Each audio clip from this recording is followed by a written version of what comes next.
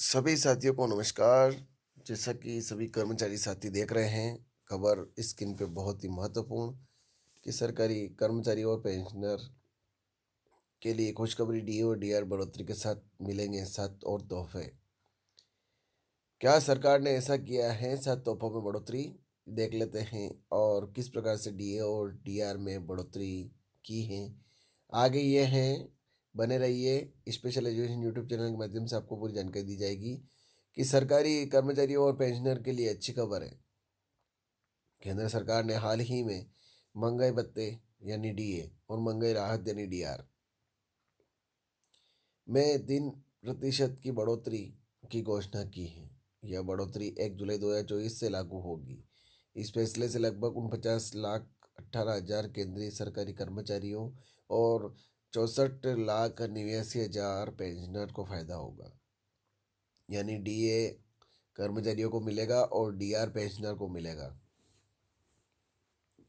इस बढ़ोतरी के बाद डीए और डीआर की दर 50% से बढ़ाकर 53% हो गई है।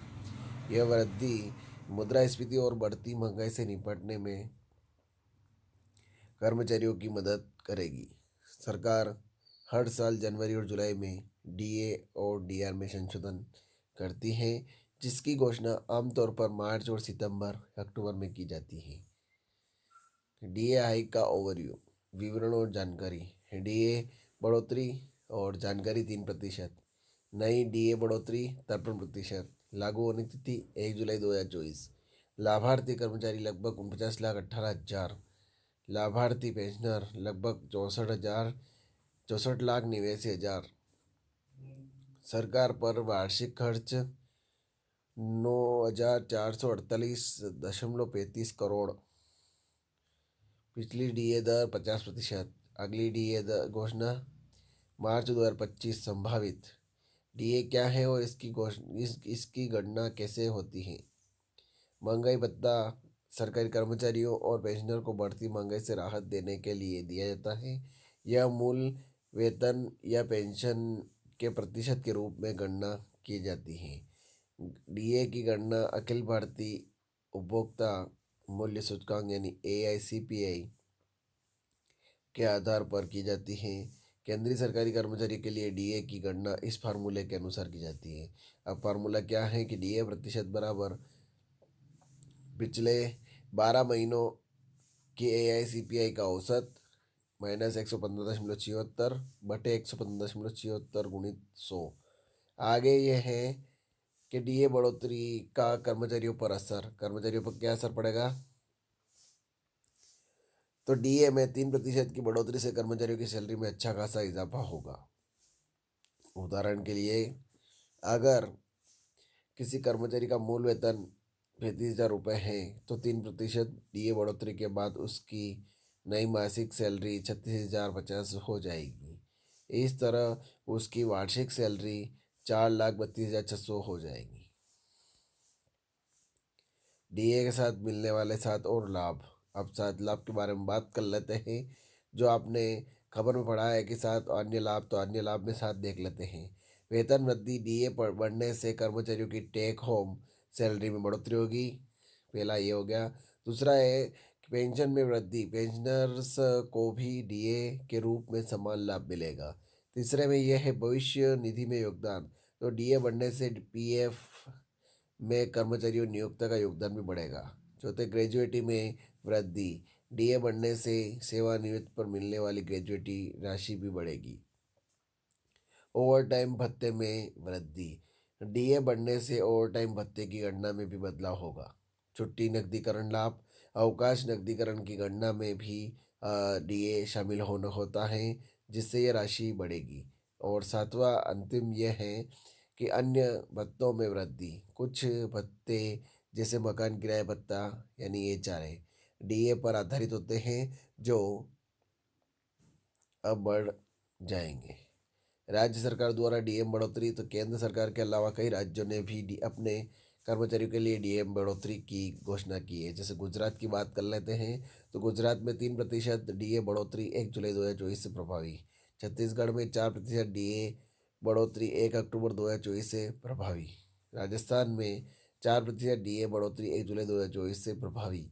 हिमाचल प्रदेश में भी 4% बढ़ोतरी डीए बढ़ोतरी 1 जुलाई 2024 से प्रभावी। डीए टैक्स पर प्रभाव।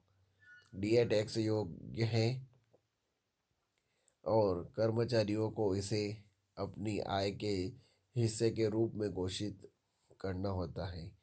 डीए को मूल वेतन में जोड़कर वेतन से आय के तहत कर लगाया जाता है। इसके अलावा डीए को सेवानिवृत्ति लाभों जैसे भविष्य निधि योगदान या पेंशन की गणना में भी शामिल किया जाता है। अगली डीए बढ़ोतरी कब होगी? तो अगली डीए बढ़ोतरी की घोषणा मार्च 2025 में होली त्यौहार से पहले होने की उम्मीद है। हालांकि यह बढ़ोतरी जनवरी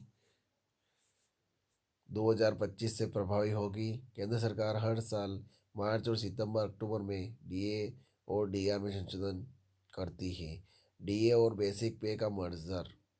डीए के 53% तक पहुंचने के बाद कुछ अटकलें लगाई जा रही थी कि इसे बेसिक पे में मर्ज किया जा सकता है।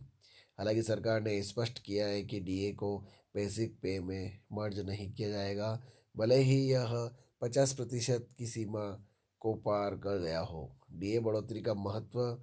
मुद्रास्फीति के से सुरक्षा। डीए बढ़ोतरी कर्मचारियों को बढ़ती महंगाई से राहत देती है।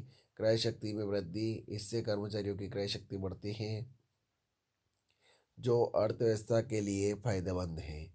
मनोबल बढ़ाना। नियमित डीए बढ़ोतरी कर्मचारियों का मनोबल बढ़ाती है। सामाजिक सुरक्षा। पेंशनर के लिए डीए बढ़ोतरी एक महत्वपूर्ण सामाजिक सुरक्षा उपाय है। डीए बढ़ोतरी का अर्थव्यवस्था पर प्रभाव। खपत में वृद्धि। अधिक डिस्पोजेबल आय से बाजार में मांग बढ़ेगी। राजकोषीय बोझ। सरकार पर 9,448.35 करोड़ का अतिरिक्त वार्षिक बोझ पड़ेगा। मुद्रास्फीति पर दबाव। बढ़ी हुई खर्च करने की क्षमता से मुद्रास्फीति पर कुछ दबाव पड़ सकता है। निष्कर्ष। डीए और डीआर में 3% की बढ़ोतरी सरकारी कर्मचारियों और पेंशनर के लिए एक बड़ी राहत है। यह न केवल उनकी वित्तीय स्थिति को मजबूत करेगी बल्कि समग्र अर्थव्यवस्था को भी गति देगी। हालांकि सरकार को इस बढ़ोतरी के राजकोषीय प्रभाव और मुद्रास्फीति पर संभावित असर का ध्यान में रखना होगा। तो ये खबर थी। ज़्यादा से ज़्यादा शेयर करें, लाइक करें, कमेंट करें आपको खबर कैसी लगी। पूरा विवरण बताया गया है इसमें। ज़्यादा से ज़्यादा शेयर कर लें इस खबर को ताकि सभी तक, कर्मचारियों पेंशनर तक खबर पहुंच जाए। और आप स्पेशल एजुकेशन यूट्यूब चैनल पर पहली बार विजिट कर रहे हैं, पहली बार इस चैनल पे आए हैं, तो चैनल को सब्सक्राइब जरूर करें, बेल आइकन को प्रेस करें ताकि आने वाले वीडियो की नोटिफिकेशन आप तक जल्दी जल्दी पहुंच जाए। जय हिंद, जय भारत।